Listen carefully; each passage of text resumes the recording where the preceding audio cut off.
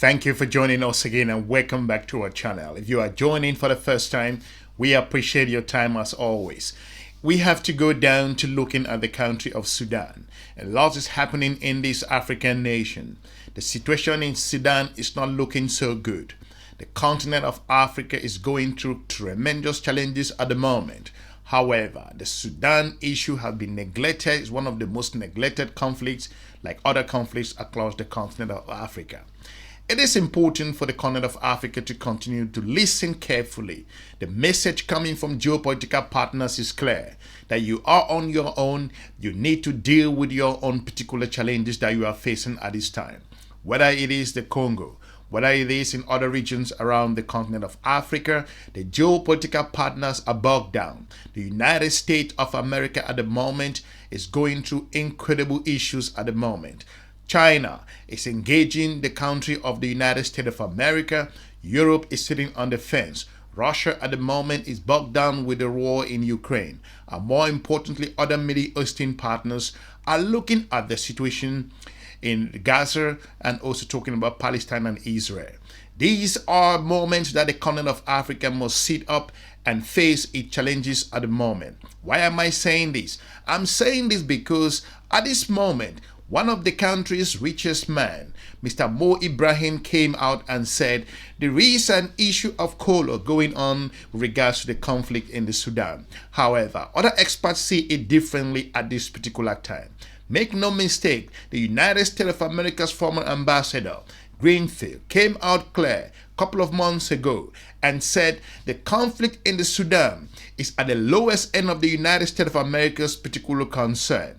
That's a message that was sent then. What happens? Africa did not take it clear. There's been an effort in regards to Africa's regional organizations like EGAD and a whole lot of other institutions that have struggled, and some geopolitical partners that have made some particular effort to resolve the issue in the Sudan. However, it is clear that the complications that are involved in the country of Sudan at the moment, as more importantly, those who are not concerned are the ones paying the price. It is vitally important to note that these two officials are talking from both perspectives. However, it is important to note that the continent of Africa's regional organization, the African Union, should know that at this time, it needs to show leadership with regards to Africa's own difficulties and challenges.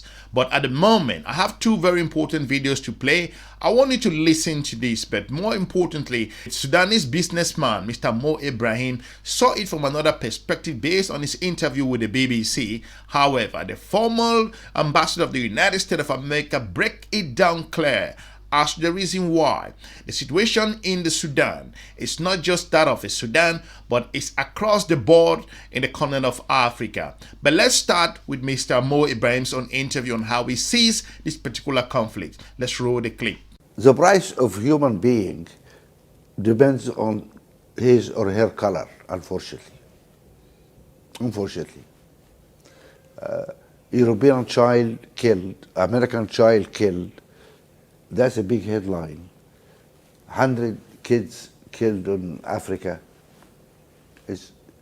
Even your BBC will not mention it. So I should say that the life. BBC has, in fact, been at the forefront in coverage of stories in the conflict since the war began. And just recently, we did a story on the suffering of children in Sudan. UNICEF particularly says that Sudan has the world's largest child displacement crisis currently. As someone who's deeply invested in Sudan, how do you process this suffering? It's terrible. To be honest, I cannot even process it because that was once a beautiful country with nice people, suddenly turned into hell. And is there proper education for this kid going on now? Famine is setting in, cholera is setting in. It is just unimaginable disaster. And this, we reflect in ourselves, our own people, the crazy generals. And this is infighting just for power. What for? You know, everybody have a finger in Sudan, from Turkey to Iran, to Emirates, to Saudi Arabia, to Egypt, which is just ridiculous. And that impede any concerted effort to deal with this. According to Mr. Mo Ibrahim, the situation in the Sudan has been abandoned and that there are more players that are involved. That with regards to the situation there, it's not going to be solved anytime soon. But again, make no mistake, Sudan's conflict is so complex, like I've pointed out. Look at global partners that are involved in one way or the other. If you look at the two leaders in the country of Sudan, who to an extent have been sanctioned in regards to international partners, but no particular solution is at the corner. But the continent of Africa and regional bodies should engage the two parties at this particular time, because from every indication, it shows that Africa must sit up to deal with its own issue. If you doubt that, the situation in the Sudan makes it clear. Let's play this video from the former ambassador of the United Nations coming from the United States of America. Let's roll the clip. It's great to be sharing this time with you to talk about topics that are near and dear to your heart, to all of our hearts here, I think, which is the U.S. relationship with Africa. I want to start off by talking about kind of current day, where we are right now on some of the big issues, where the Biden administration will be leaving things, turning over to the Trump administration in just a couple of days. And I want to start with maybe the hardest issue out there, which is Sudan. And it's one that you have worked tirelessly on. You've kept it on the agenda of the UN. I know from your staff that you have been a quiet force within the U.S. government, trying to elevate and give weight and muscle to our response. But I also know, you and I have worked together on Sudan 20 years ago, and so, well, sadly, sadly, yes. So we've seen some of this before. There's a lot of deja vu with what we are experiencing in Sudan today.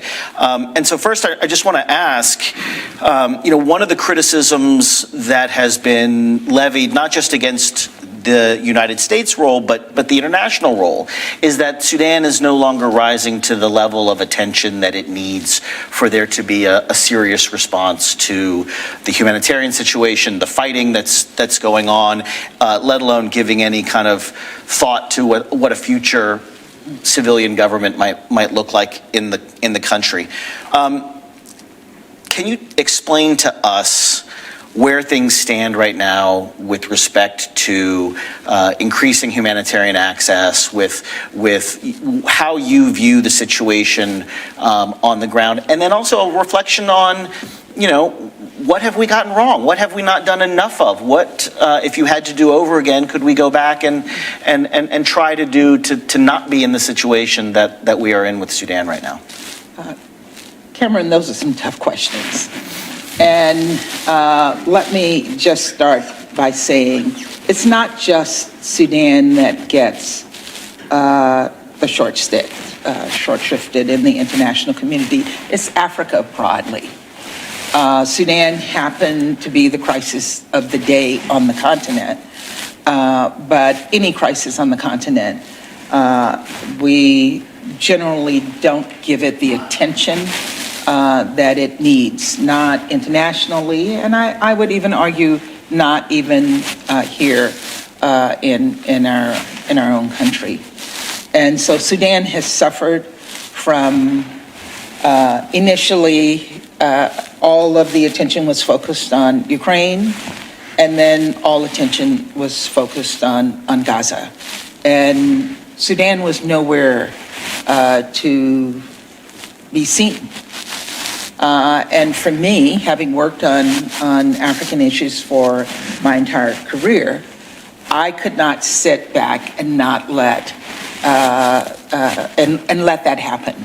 I couldn't let it happen in the United Nations, and I couldn't allow it to happen internationally. So I made a commitment to raise at every effort, at every opportunity, the situation in Sudan. I took a group of press to Sudan, to the border with Sudan, to Chad, and I will say that they really did some amazing reporting. I had NBC, I had NPR, I had Reuters with me on that trip. And whenever I would give a press briefing on Sudan and someone would toss a question at me about Ukraine or toss a question at me about Gaza, I would remind them that that's the problem, that no one wants to focus on the issue at hand at that particular conference. So I kind of made it a habit of shaming the press to get them to pay attention to Sudan. And I think we succeeded in doing that. New York Times did a really amazing piece on Sudan. I did an op-ed in the New York Times that they actually printed. And we started to focus more attention. But I think the problem is, and this happens all over the world, we see one solution. And when we get to that one solution, we move on. So in the case of Sudan, we saw this amazing effort on the part of civilians who were in the streets, women who were raising their fists and really fighting for civilian rule, and they succeeded. And we applauded them, and we embraced them, and we moved on. And military guys don't give up easily. And these two guys who had fed on each other suddenly decided that they wanted power. It wasn't just enough to put power in the hands of civilians. And when they couldn't decide among themselves who was going to be the voice, they started fighting among themselves. And that's where we are today. And so we have put pressure on both sides, because there are no good guys in this fight. They both deserve to be held accountable. But we're also seeing the actions of others. This has become a regional war. And the actions of others feeding the two sides to continue the fighting. And the people who are suffering are the tens of millions of Sudanese who have been forced from their homes. Mr. Mo Ibrahim saw it from a different perspective. According to him, the situation in his country is so complex, and based on his own perspective, there are a number of other underlying issues. Talking about the war in Ukraine at the moment, global events, other very important challenges, talking about Rwanda, and also what's happening in the Democratic Republic of the Congo. It's vitally important to know that there are conflicts that are the lowest end in terms of global commitment, and Sudan is one of those. Let's roll this clip. We know there have been initiatives like the Jeddah talks. Do you believe that they would be able to broker peace between these two sides? Well, we have seen situation where some countries like Qatar tried to work with the Palestinians and the Israelis, and or work with Taliban and America. So sometimes, yes, sometimes they can be successful. It is possible if there is a concerted effort. Are you worried that the longer the conflict drags on, the more likely Sudan is going to fragment even further? It happened already. It is there. Sudan has been destroyed. This is a fact. And that going to become immeasurable, not only for Sudan, for all our neighboring countries. Once you end up with all these ungovernable spaces, all this amount of arms around, all these militias, then who's safe? Kenya is not going to be safe. Uganda is not being safe. Nobody is going to be safe. Egypt will not be safe. Where these arms come from? It's not manufactured in Sudan. We don't have military equipment or industrial base in Sudan. We don't have. Where all these weapons come from? Where all these drones and rockets and where is coming from? Of course, coming from outside Sudan. Your Security Council unable to make resolutions to take it because the Russian vetoed the resolution last October. We have a Security Council which cannot function because of this stupid system of veto. You have 5 guys sitting in Security Council, everyone carrying a red card. And everyone has a client state. And it's losing credibility, it's losing, and doesn't help anymore. So, and that's one of the signs of the collapse of the world order. Last year, you warned about the rise of military rule and democracy, in essence, backsliding, especially in the Sahel region. Do you see this authoritarian trend deepening? Any military coup has some reasons behind it, or most of them, they have some reason behind it, which is essentially the failure of the civilian government, assuming it was civilian government, because sometimes they have coup against coups. But it's this backsliding for democracy because of the failure. The failure of, what is governance? Governance is about delivering the basic service for people, improving the lives of people, that's all. And if governments fail to do that, then coups will take place. Can you find one example of a military-ruled country which achieved anything or moved 1 inch forward? None. According to the United States of America ambassador, it is a complex situation, and not just that Sudan is at the lowest end. She went ahead to explain the further complexities that are involved at this particular stage. How the United States of America during the Joe Biden administration do not have the leverage to take that leadership that is needed at this time. But it's an indication that the continent of Africa must assume responsibility and start engaging other parties that are involved and show some leadership. Let's roll the clip. Let me ask you about that. Just again, reflecting back on the experiences that you had in the first Darfur genocide and the efforts of the then Bush administration and going into the Obama administration to try to end that. It seems that as much as we have done, as much as the United States has done, and it's the largest donor to humanitarian aid in the country, we have a very active special envoy who has been moving nonstop around the region. It feels like the U.S. Role is less effective today than it has been in the past, that we're gaining less traction or that we are less listened to. And at the same time, at the UN, you have seen some of the enablers of this war use the UN, tie it up in ways that we didn't see, a generation ago. Is the U.S. losing its claim to authority on these issues? Is it becoming harder for the United States to resolve these kind of nettlesome conflicts in a way that we were able to lead on in the past? I think in the past, not only were we able to lead, we were the only one. So we were, it was us, and nobody else played in the sandbox on this.